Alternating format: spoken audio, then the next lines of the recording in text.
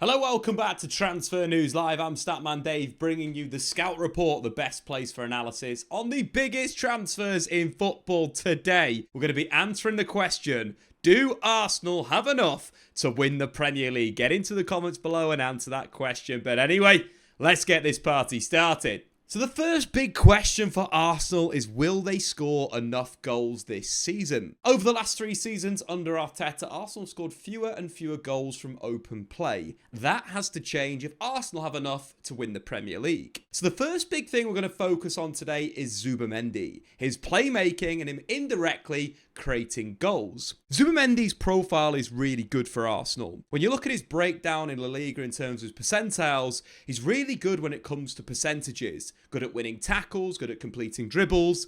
Overall, just a very good, complete footballer. So for Arsenal's midfield, one of the concerns has been, for me over the last few seasons, is Martin Odegaard being too deep on the ball, taking him away from the goal. Now, actually, if you look at his goals and assists under Arteta in the last 3 seasons, it's decreased year on year. You don't want Martin Odegaard in these deeper positions. You want him in the final third, where he can use his playmaking, but also that ability to score from the edge of the box and late arriving in the penalty area. One of the big things I think Zubimendi is going to improve Arsenal, not only is his ability to kind of playmake and get on the ball, but also the rotation. One thing I noticed in European football last season was the rotation of PSG's midfield. They played a 3-man midfield, of course, of Joao Pedro, Vitinha and Fabian Ruiz. Independent of where they were on the pitch, we really saw rotation in that midfield unit. At times, you'd see their defensive midfielder Vitinha actually in attacking midfield. And I believe this signing in Zubimendi is going to change Arteta's approach in that central area that could see a lot more rotation. And I like that because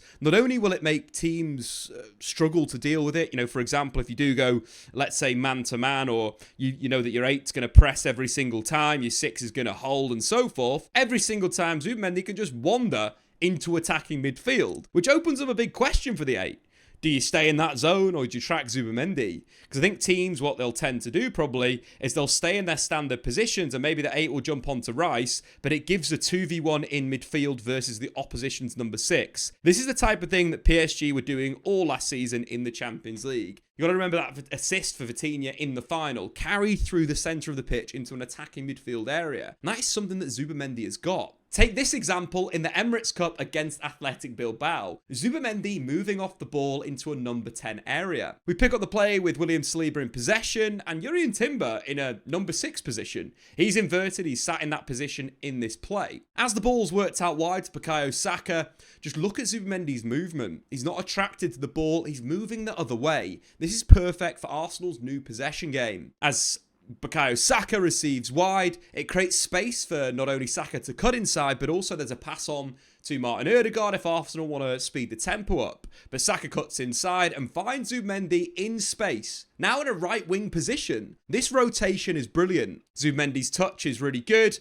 and he instantly carries forward. Big bit of space, attacking the opposition centre-back. Saka runs in the inside channel positions. I love to see Saka and I want to see more movement from Saka in these inside positions. He's going to become far more dominant as a goal scorer if he does that. This is the classic Mohamed Salah move. But Zubimendi ships the ball on. Saka drives, cuts the ball back, and it's a really good chance for Viktor Gyokeres that's well saved. Taking a look at that in a tactical perspective, things that I find super interesting. Number 1, Jurrien Timber in that number 6 position, but also that it is Zubimendi that's overloading the opposition's backline. As teams have adapted to their opponents attacking with 5 players like Arsenal do, throwing another body forward is how you start to unlock the door, and Zubimendi is going to do this for Arsenal in the Premier League this season, and that's why he indirectly is going to create more goals for Arsenal. That off-the-ball movement got Saka free into the channel, and the cutback for Gyokeres was absolutely on. But that rotation is very, very difficult to deal with. Who tracks it? Let's say the opposition's number 6 going to track that, then who picks up Martin Odegaard? There is a lot of problems when you've got a rotating midfield 3, and it's something that I really like with Zubimendi in the Arsenal side. So he's spoken about Zubimendi in that rotational position, but there will be at times when he's sat in defensive midfield and he's simply dictating the play to his teammates. Not only will that allow Martin Odegaard to operate closer and higher up the pitch to Bukayo Saka in the inside right position, but it will allow Declan Rice to crash the box. This is something that Arsenal need. More bodies in the penalty area, aerial threats. I think Declan Rice could score even more goals. When I think about the most complete midfielders I remember, the most complete eights, Leon Goretzka with Joshua Kimmich in that classic Bayern Munich team was the best centre mid I've ever seen. His ability to crash the box and attack and score goals was incredible. And I can really see Declan Rice's goals and assists improving again, which has already happened in his Arsenal career so far. His ability to crash the box, combined with Martin Odegaard's involvements in terms of goals and assists, and I think we're starting to create a really good attacking structure for Arsenal that has that fluidity and rotation mentioned before, but also can play default. Also, Zubimendi can play as the 6, but they're going to score more goals because you've got players like Declan Rice and Martin Odegaard further into the final third. But even more than that, Zubimendi is a quick ball player who will help Arsenal capitalise on their space that their possession game creates, flipping the tempo with a line-breaking pass forward, or alternatively exploiting the opposition with his long-range passing. Something again we saw against Athletic Bilbao. This time Zubimendi in that number 6 position, receiving the ball, scanning, checking his shoulder, all hallmarks of a top-quality number 6. Good first touch, moves the ball on. Again, there's pressure, moves the ball on. But consequently, Arsenal coaxing the opposition to squeeze and will open up this type of space. There's a line-breaking pass there from a centre-back position, and Zubimendi can instantly play forward. This is what we talk about, Arsenal's possession game creating these moments that requires a player to flip the tempo. For me, previously, Jorginho could do it, Thomas Partey couldn't do it, and I think Declan Rice is a much better 8 than he is a 6. I prefer him higher up the pitch, if I'm really honest. So having someone like Zubimendi that can instantly carry forward and then break the lines, find your striker into feet, it's really good. Of course, there's a bit of a foul in the back here, but Zubimendi instantly reacts, brilliant sliding tackle, and wins the ball back. That idea that he's just a playmaker is a little bit false. He's very, very aggressive off the ball. He's that classic Basque midfielder, loves a scrap. In this move, of course, wins the ball back with a good slide tackle, and Arsenal are in. Players on the back line to provide that threat. Odegaard in the inside right position. What more could you want as Arteta? 3 players running the back line, your best playmaker on the ball. This is what Zubimendi will bring Arsenal this season. And that is a big, big reason why I do think they've got enough to win the Premier League. And the final thing in the Zubimendi files is that he can create directly with his immense quality on the ball. Take his assist for Viktor Gyokeres' first goal in an Arsenal shirt. Arsenal had a corner, Saka's recovered the ball. He drops it back to Zubimendi, supporting the play on the edge of the box. This is a great whip ball into the box. Nicolas Jova is going to love this option, either from a recycle perspective we saw here, or potentially a short corner, because this quality of delivery is fantastic. The whip, the precision. All Viktor Gyokeres needs to do is guide the ball into the back of the net because of the quality of the ball of Zubimendi. So directly creating, indirectly creating, the fluidity of Arsenal's midfield triangle now, all these things are a big reason why they are now capable of winning the Premier League. And the second thing I want to look at today when looking at do Arsenal have enough to win the Premier League is, are they direct enough? Do they play vertical when they should play vertical? Because there's been opportunities over the years under Arteta where they could break the opposition shape, get in behind, but they recycle possession. I like that. I like the positional play, but I also think you're missing out on goals, playing direct football. And I think now, with the players that Arsenal have got and the skill sets of these players, there should be a lot more vertical passes. So just from a tactical perspective, one thing I've noticed in pre-season for Arsenal is as soon as they've won the ball back, they look a lot more like a narrow 4-2-4. That's, let's say, the opposition are building, they've played through the lines, there's an interception, Rice has jumped in. What I tend to see in the transition for Arsenal is both of the wide players making those attacking moves, almost in a 4-2-4 structure, where at times what you'll see is Arsenal potentially look for Declan Rice or bounce it off Gyokeres into Martin Odegaard, and then the players being in quite narrow positions. So you've got a threat on the back line. Similarly to we saw before after that really good challenge from Zubimendi is Martin Odegaard with 3 forwards ahead of him. This is what I really like. Not only have you got Viktor Gyokeres, who's got that quality in front of goal. We all know the statistics in terms of goals, the most in Europe at Sporting Lisbon, with or without penalties, blah, blah, blah, blah, blah. But also the big thing with Gyokeres that we spoke about is his quality in the carry. 9 direct goal actions from dribbles. There's something either shipping the ball to him early or allowing him to run in behind the defence, taking someone 1v1. But that narrow threat is something that I quite like. and something I've noticed in pre-season with Arsenal. So let's take a look at one of the goals that Arsenal have scored from this exact move. So we pick up the play with a goal kick. Arsenal are going to win the first contact and instantly look forward. Being more vertical will help the Gunners score more goals and thus put them closer to that Premier League title. But as the ball's moved into midfield, of course, Arsenal win the second ball and they instantly look to flick it on. The ball goes into the feet of Viktor Gyokeres. There's a layoff with Martin Odegaard. These are great signs for a front two, by the way. That little link up between Gyokeres and Martin Odegaard, absolute chef's kiss. But look how narrow Saka and Martinelli are. They're in a very, very narrow position. Usually what you'd expect Arsenal to do, potentially as the ball gets dropped back, open up, play back, recycle possession. This looks a lot more threatening. The ball from Odegaard into the space is sublime. Martinelli's run is really good. The touch off to Saka is fantastic, and that is a goal. Looking at it from a tactical perspective, this is so devastating because not only is there humongous space, because the opposition are a little bit disorganised, but the threat on the back line from not only Saka or Martinelli on the flank or Madueke in the picture right now, there's that ability to score really direct goals by going instantly vertical. Something that Arteta's teams haven't really had so far that I really think will open the door in a lot of games. But let's move on to another player that I genuinely think at the end of the season, everyone's going to turn around and say, why did we make such a fuss about signing this player? That is Madueke.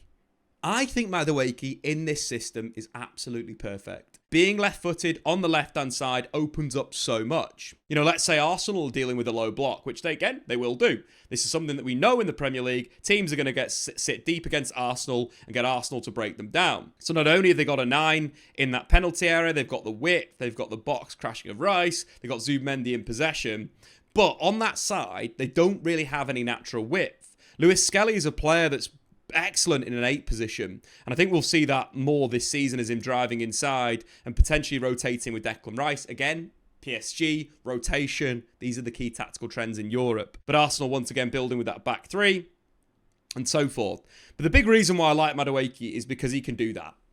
He can go wide and he can get crosses into the box. Really, really simple. But you've got one of the best strikers in European football. Get him some chances. But you've also got Declan Rice's ability in the penalty area to finish. Odegaard's very, very good at arriving late. And Saka's good as well.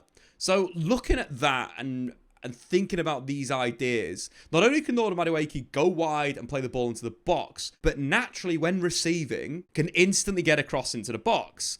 Let's say the ball's been worked out to him to this left-hand side. Because naturally he's left-footed, he doesn't really need to take a touch. He can almost cross on the run, which will give the striker an advantage on the defender, and Arsenal will score from those types of situations. This is another thing where I think Madueke just fits this system. He's left-footed and can put crosses into the box. It's so simple sometimes, football. And one player that we always reference with Mikel Arteta and wingers is Sterling. Sterling's best numbers in goals and assists came when he was playing as a natural right winger and Arteta was coaching him as Pep's assistant. This is a big thing. Not only can we say first-time crosses going into the box when you're playing on your natural side, but instantly the first touch is more aggressive. He can receive and instantly attack. This is something that I think Madueke will bring to Arsenal's team. And if you don't believe me about early crosses coming into the box, we've got a fantastic example again in the Emirates Cup. I'm not trying to be that guy obsessed with one player, but yeah, we've got Zubimendi highlighted again because this footwork's fantastic. This is a little bit like Vitinha, carrying through the heart of midfield. The footwork to beat one player, drive through the gap is fantastic. It's a really good tackle from Bilbao. Odegaard looks to play forward, and unfortunately it's intercepted. But then the work rate of Zubimendi. Just watch this. Pressurising the ball, getting it back, winning a brilliant tackle. I think Zubimendi could be the player of the season for Arsenal. Well, the undercover player of the season, if you get me. Because obviously Saka and Gyokeres will get the plaudits for scoring goals. But Zubimendi's quality in those areas. What I mean here, look at this transition. Again, the directness and the verticality of these transitions. Instantly looking forward. Madueke instantly behind the defence. First touch, across into the box.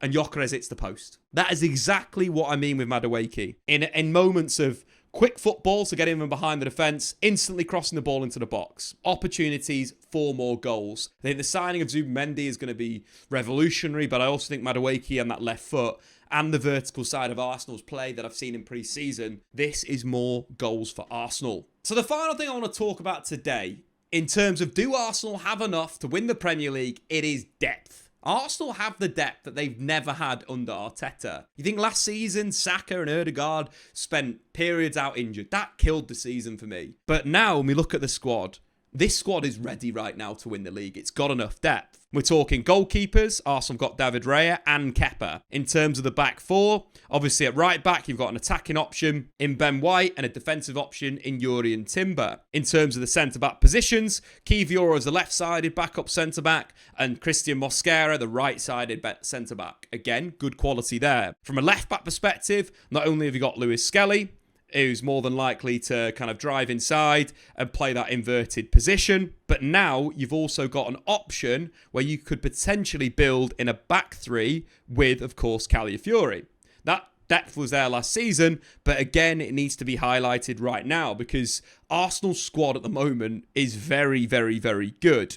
Into defensive midfield, of course, Norgaard can come in to replace Zubimendi, will provide a bit more steel, a bit more aggression, maybe not as much quality as Zubimendi, but a great backup. Could even play as an 8. Moving into the other midfield area, of course, Mikel Moreno is Declan Rice's backup. On the right-hand side, Max Dowman is going to be someone we're all talking about by the back end of the season. His ability to carry the ball in central areas is ridiculous. Think like a young Jack Grealish. He's definitely going to be in the first team. Again, a backup right-sided central midfielder. I don't think they had last year. In terms of those attacking areas as well, Ethan Nwaneri on the right-hand side. Again, humongous talent will bring youth to the team. Means that Saka can be rotated into matches. Backup number 9, you've obviously got Kai Havertz, but they could be played together. You're thinking a 4-4-2 with Gyokeres and Havertz. Got another backup in Gabriel Jesus, which offers a completely different option to those two. You've got Martinelli as the backup left winger, and Leandro Trossard that can play all across the forward line. Again, a utility forward. This squad is deep.